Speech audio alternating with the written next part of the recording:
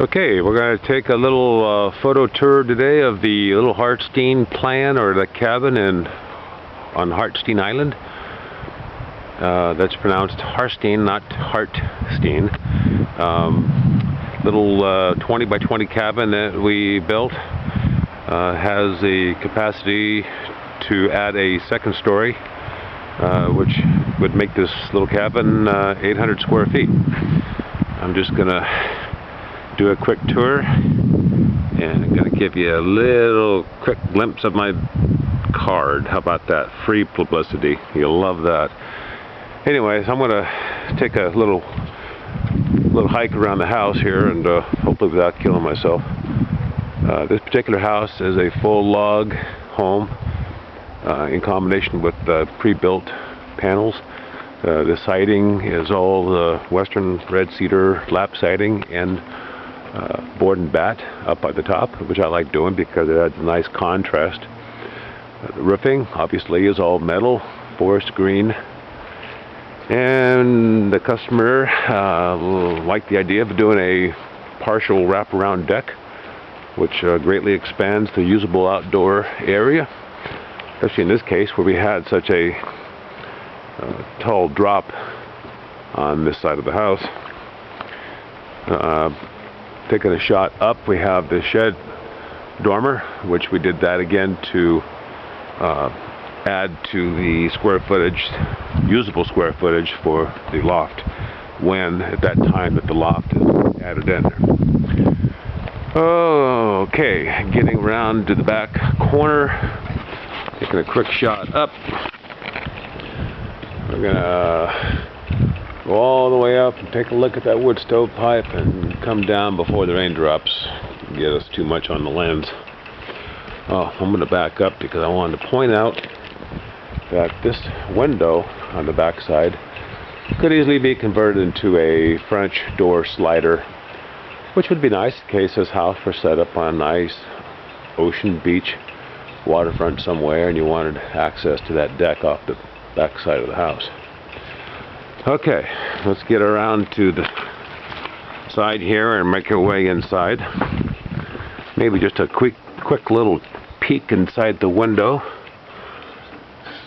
shooting straight towards the bathroom. Yeah, quick look at the kitchen and whatnot. So, but we're gonna go inside and take a look at it in person here.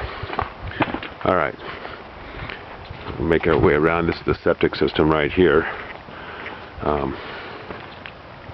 The future intention here is to build a larger footprint, larger house down here, and then connect this structure with the future structure with a breezeway, and that would make a very nice guest house.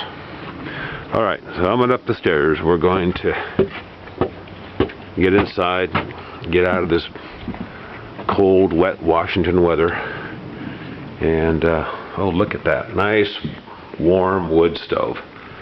Not fired up yet, but it's ready to. We're going to do a little backside check and turn around and take a look at the kitchen here. Very compact, 24-inch range, stackable washer and dryer, under counter refrigerator. We did that to save as much counter space as possible. We had planned on putting the water heater in that corner there, but we gave in to the idea of having to reserve as much counter space or cabinet space as possible.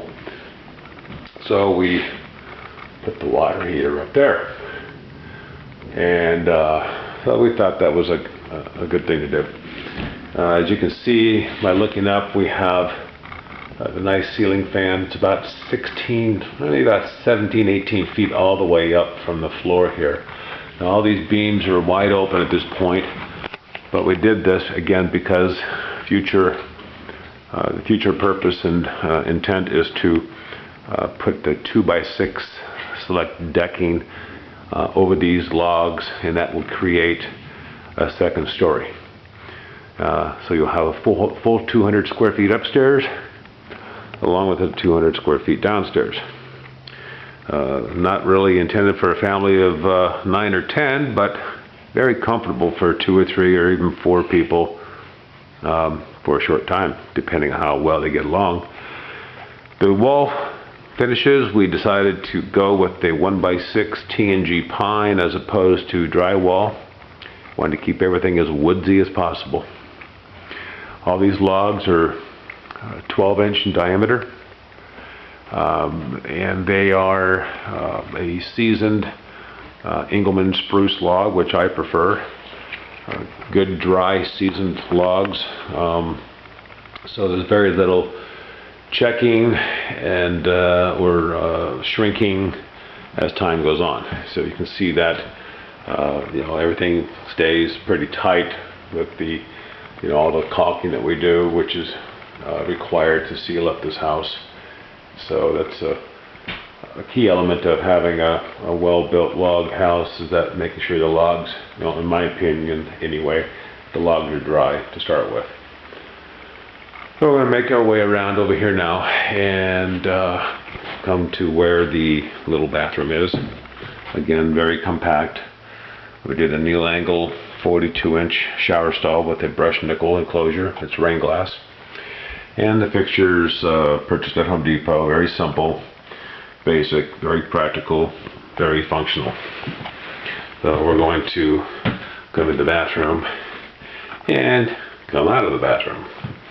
And we have a nice little area for a nice bed. And that's the window we were peeking through earlier. The wood stove, very basic. We have a fairly tall run with the stovepipe going all the way up. This is going to be a secondary source of heat. The primary source of heat are the wall cadet heaters. We have one over here underneath this window, and all the way around to the opposite wall over here. In most cases, people will fire up that wood stove and minimize the use of the electric cadet heaters. Windows are all vinyl windows. For most people, the vinyl windows provide a good cost benefit to the cost of the windows, the low maintenance, and with the many glass options available today, you can get a very high efficiency window to meet just about any weather condition outside.